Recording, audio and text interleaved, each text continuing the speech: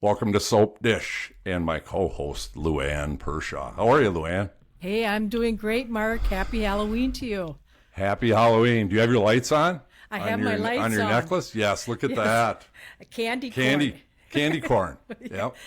I'm thinking I might have to, for our introduction here, I'll leave them on, but I think they're a little distracting. I'll shut them off. Right. But Yeah, that's right. I had to wear a little something because I thought I can't wear anything on my head. I can't put any earrings on, so I thought, well, I have to put something on here. That's cute. Just to I love celebrate. that. Yes. Yep. You going to wear that tonight for trick-and-treaters? Yes, I'll do that for good. trick-or-treaters. That's great. All right, let's talk Young and the Restless. It's been a few weeks. Yes, and there's a lot going on there. A lot. Yeah, there is. So what I thought today was, I just thought we would do just kind of I just created a bunch of super SUDSY questions for us both to answer. Oh, so that's okay. what our agenda is today, All right. based on kind of what's going on the show. So my first one for you is, Billy and Jill seem to be headed towards a standoff. Where do you think that's all headed? That they're definitely. Jill was very upset today when she talked with Lily, and found out that Billy has not taken care of anything by bringing Lily back on. And Jill said, "Are you kidding? Those were the one orders I gave him." And Lily said, "No, no." She said, Yep. "But I don't even want to work with him." So, and Jill, she's going to be in the middle now, because if she has Victor coming from one side and Billy is on the other side, I believe there will be a standoff, because Jill, like she told Lily today, Jill said, "Billy is my son and I will always support him, but he's making a big mistake." And she, if she knows she's going to lose her company, especially to Victor, she's going to have to do something with Billy. And I don't know, when Lily was talking with Jill today, Jill said, "I'll bring you back as co-CEO again." And it's like, that's not what Lily wants, Yeah. So Jill is going to have her hands full with Billy, and Billy's not going to give it up very easy. No. So I No, he believe, wouldn't voluntarily, that's for sure. and so there's going to be once. Abby What and did you Devon- think of Lily's assertiveness today, though? Oh, Luann? I know. I mean, She was like, "Well, what should I do?" Or I think that's kind of something like that Jill asked. Yes. And Lily said, "You should fire Billy." And I'm like, I know. wow, And that was impressive. Yeah, I know. And and then that part, and then when Lily was talking with her brother Devon, and she said, so I hope you can, keep some, peace here with our wedding, with Nicki and Victor. And she said, "I don't know." She says, "I don't know if I could come even." And he's like, you're kidding." She said, "Well, I know I want to be there." But it's like, Lily is just, she's really being assertive and pushing. She feels like she's getting the raw end of the deal from Jill, from Billy, and from Nicki and Victor. And so, yes, I believe Jill and Billy will be going at it. And it'll be interesting to see, where everything falls after Billy and Jill talk, but then how much Victor gets involved, too. Yeah, exactly. In that. Yep. All right, next question for you and I is, Nicki seems to be getting more and more angry about Victor's scheming that he's doing. What are your thoughts? She really called him on the rug this week. She did. The other day, she's like, Yep. "What?" Once she found out that he was the Glissade secret investor, she said, How come you never said anything to me?" And he said, "Well, where'd you hear from?" She said, "Well, Jack." And Victor was not happy about that. And he really laid the law down with Nicki that, yes, what I did with what I'm doing to get back at Jack is what he did to you that night. And she said, "He was watching out for me." And Victor's like, "No, he wasn't. I'm getting back at him, what he did to you, and I'm bringing him down." Now he knows what it's like to lose his son and his wife. And and then Nicki came back, as she said, you're giving other stories to Lily too, because when Nicki had been talking with Lily saying, "Well, I want you to still work with me," and Lily's like, "No way." She said, "Your husband doesn't even want me to be at your company." And she's like, "What?" And she said, "Well, he wants me to go back to Winters." He even told Devon that. And so then Nicki was really upset. And it's like, what else do you have going on? And Victor did not bow down. He's like, this is what I'm doing. And Victor bows down to no man. No, not even to his wife. He really stayed firm with her. I thought he'd get, say, okay, I'll back off a little bit, but oh no, Yeah, no, he doesn't know the word, I don't think. No, I don't think so either. All right. So part of what you mentioned is Jack and Diane, and yes. Victor's kind of taking credit for, like you said, ruining Jack and Diane's wedding, marriage, and also his relationship with Kyle. And so, but I don't know. It appears that Jack and Diane are like Victor's pulled it off. Their marriage seems to be on the rocks. I know, and at first I thought, are they faking this so that things could turn around so Kyle will quit at Glissade, come back? Right. Do we make it look so real that we have to make people believe us? But yet when you see them, like when Diane was in the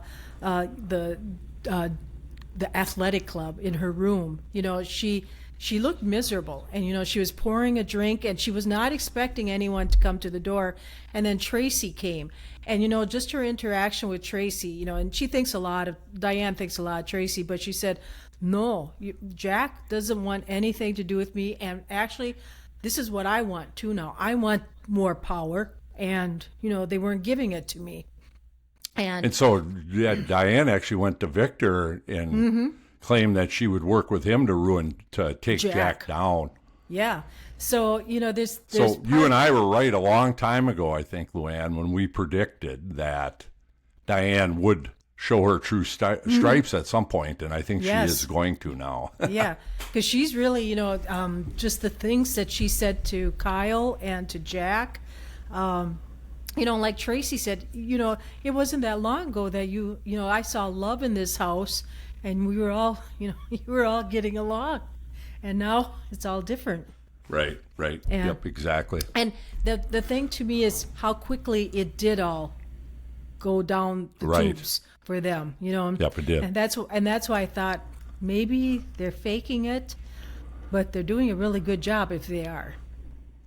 Yeah, and there would have had to have been a conversation that we weren't privately to, which sometimes happens on the show. Sometimes they do that. How the hell did that happen? Yeah, because Jack has always been the voice of reason, and he always tries to find a win-win way to work things out. And this time, he's just like throwing up his hands. He's pissed at Victor now, though. He is, and he's had it. And Diane has made him angry because of what she did to Kyle, and that's caused a rift between all of them. Mm-hmm. So if things continue as they are, they'll be heading to divorce. I think so too. Yeah. Mm-hmm. All right, next question: are the walls closing in on Sharon? Oh yes. She actually saw Nick today as her new ghost. Yes, the voice of reason ghost. The voice of reason. But I'm you, he said. I know. To Sharon. And she's like, well, Cameron said this was all going to work out, and I was going to feel stronger and more in control. And he's deserted her now. Yeah. So Cameron's gone now that he's done. Yeah. The deed. And done the deed. Yeah.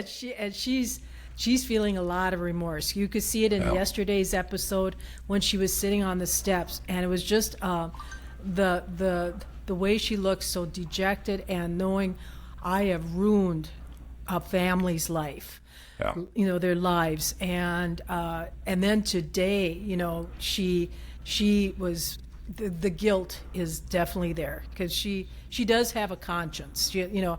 Sharon all these years has had. She's had her bad things too that have happened, but all in all, she's a good person and she has a good conscience. And this is going to wreak havoc on her. This ghost thing, though, I'm tired of it. I mean, yeah. God, talk about beat a dead horse. Holy cow. It's kind of like that movie, if you've ever seen it, The Sixth Sense, where he sees dead people. She's seeing dead people now. Yep. Well, I see dumb people. You ever see that commercial? That's funny. I see dumb people. All right, next question. So will Heather's ghost, I thought this was great. So it's Halloween, so it's kind of fitting. Yeah, I Will know. Heather's ghost showing up today cause Sharon enough guilt now? That seemed to really affect her it did. to confess to the crimes. Yeah, and it's not like she's only showing up in her house.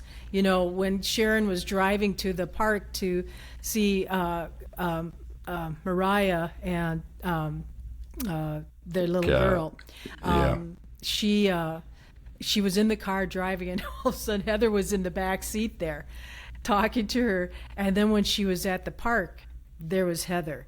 And I think, you know, it's just going to keep working at her. And I think she's going to have so much guilt that at some point she will confess. But Old Red, Phyllis, is still on the... Old Red. Old Red. That's what Jack calls her. Hey, Red. Yeah, Red. On the warpath for...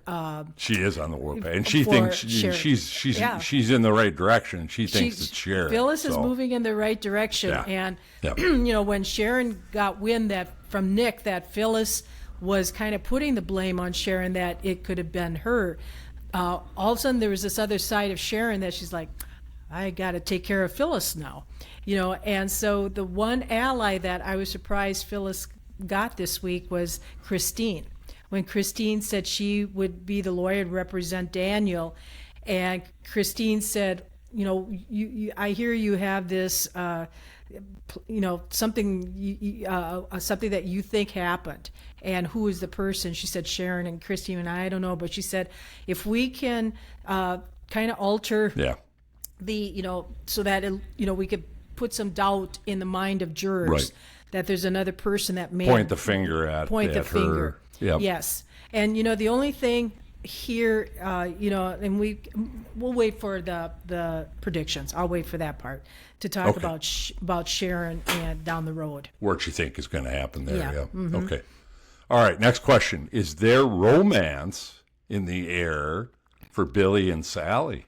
Well, they did one quick little kiss. I know. A week ago, and I think in today's episode, if our viewers haven't seen it yet, Billy and Sally happened to kind of run into each other at the coffee shop, and then they both got to observe Billy or Adam and Chelsea with Connor, you know, and they were a happy family together, and Connor's very happy that the mom and dad are together with him. And when Sally saw that, I think she realized that that's good for Connor. They're good. It's good that they're together. And I think she finally got through to Adam when she said to him, you know, you look happy. You know, Connor's happy. It's good that you're a family. And she said, I'm going to break away. You know, it's like I've made my peace. And so now I think if she feels like she's free, I think if she could say I'm done with Adam, I think she and Billy, you know, and Billy's going to be looking for a shoulder to kind of lean on now, especially if Jill starts coming down on him. And at some point, Billy's little world here, Abbott Chancellor is going to come crashing down. I think so. One way or the other. Yep. Mm-hmm. And either so through Victor or through Jill, one way or the other, I think. Yeah. So Sally might be the shoulder he leans on, and who knows? Yeah. But I think... It's not a bad one. No, it's not bad. It's not bad. Mm-hmm. Yep. All right. Next question. This is my favorite.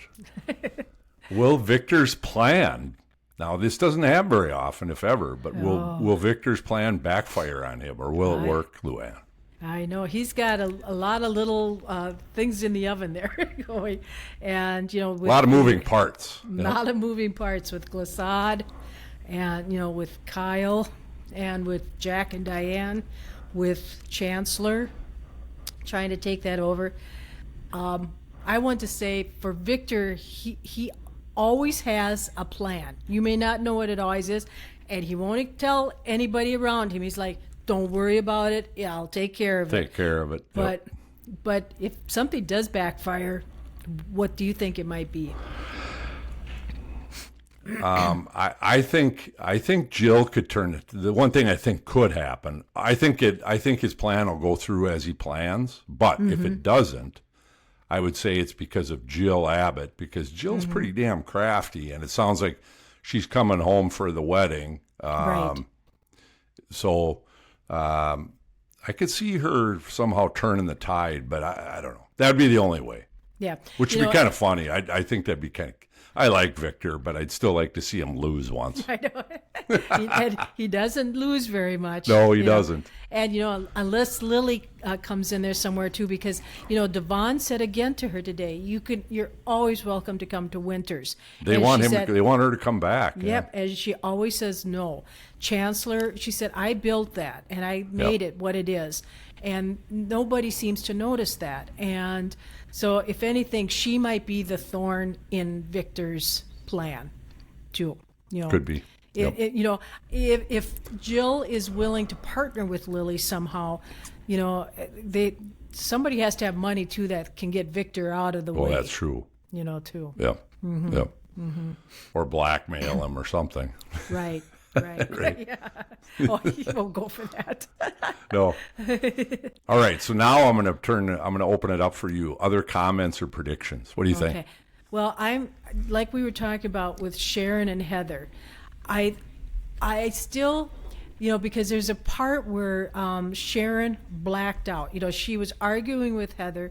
She blacked out, and then however she came to, and then she saw Heather laying there in Daniel's apartment, and she lifted her head and saw the blood. There's blood all over her hands, but then she wrapped her in the sheet. She still threw her in the water.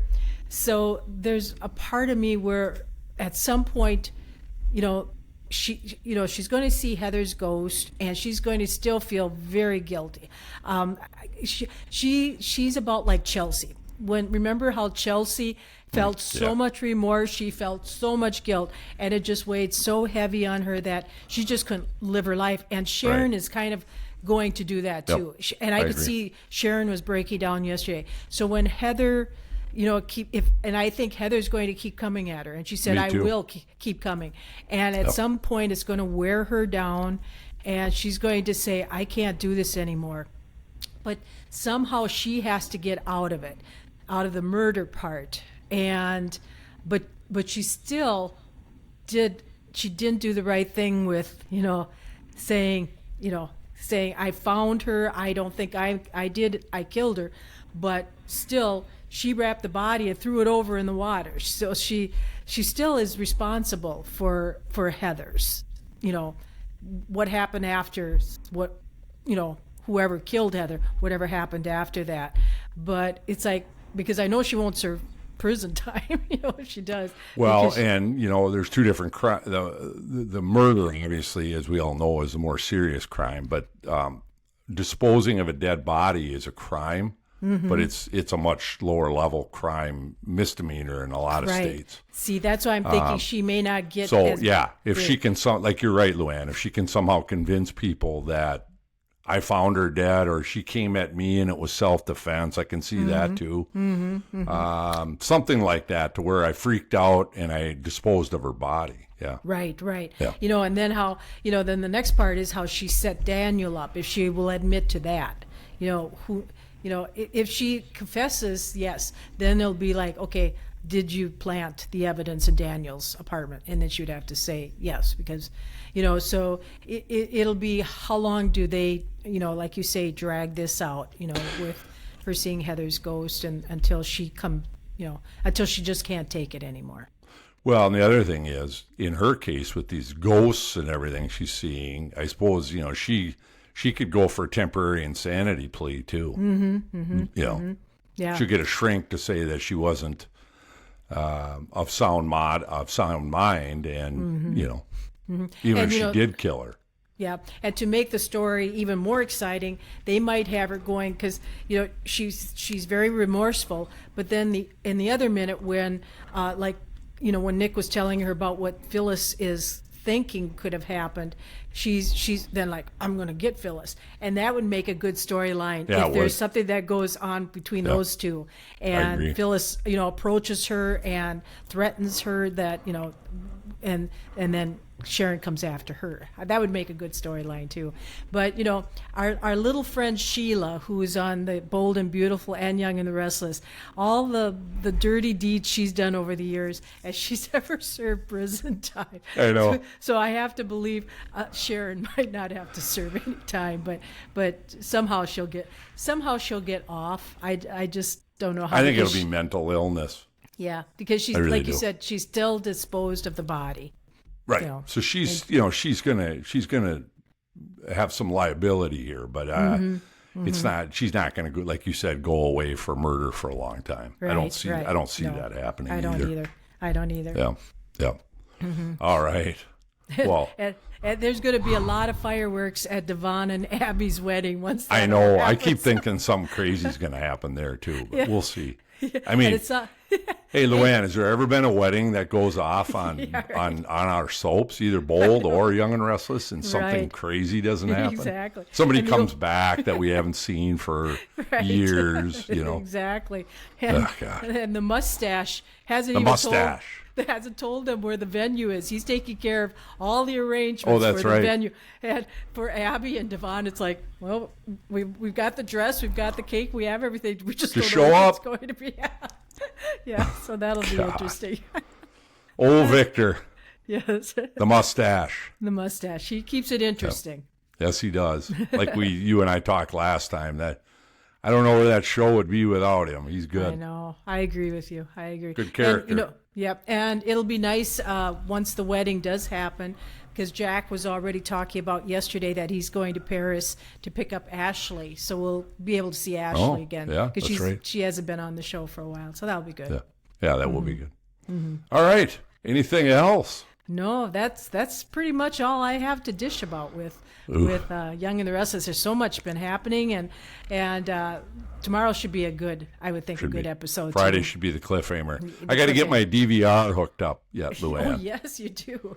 I've been missing them because I've got cable, but I don't have my DVR. Oh, I'm live from Florida today, by the way. I know And you. I'm across Luann and I are like miles apart. I'm in Merritt Island and she's in Cape Canaveral. So Yeah. And lucky you missed the first snowfall in Minnesota today. I know. I turned on my cameras at home and it's like, there's snow everywhere. And I'm like, Oh, was there? sure feels nice to be here. This is why you moved down here. Yep. And the area where we moved from, Glencoe Hutchinson, is they were getting 4 to 7 inches of snow today. Oh, so really? Oh, potentially. I don't know if they got it or not, but boy, I miss that, I tell you. Yeah, I talked with my son, and he said only in Minnesota we were at 81 degrees. A day or so ago. Yeah, that's Minnesota weather. It goes to just stick around for a while. Exactly. Yep.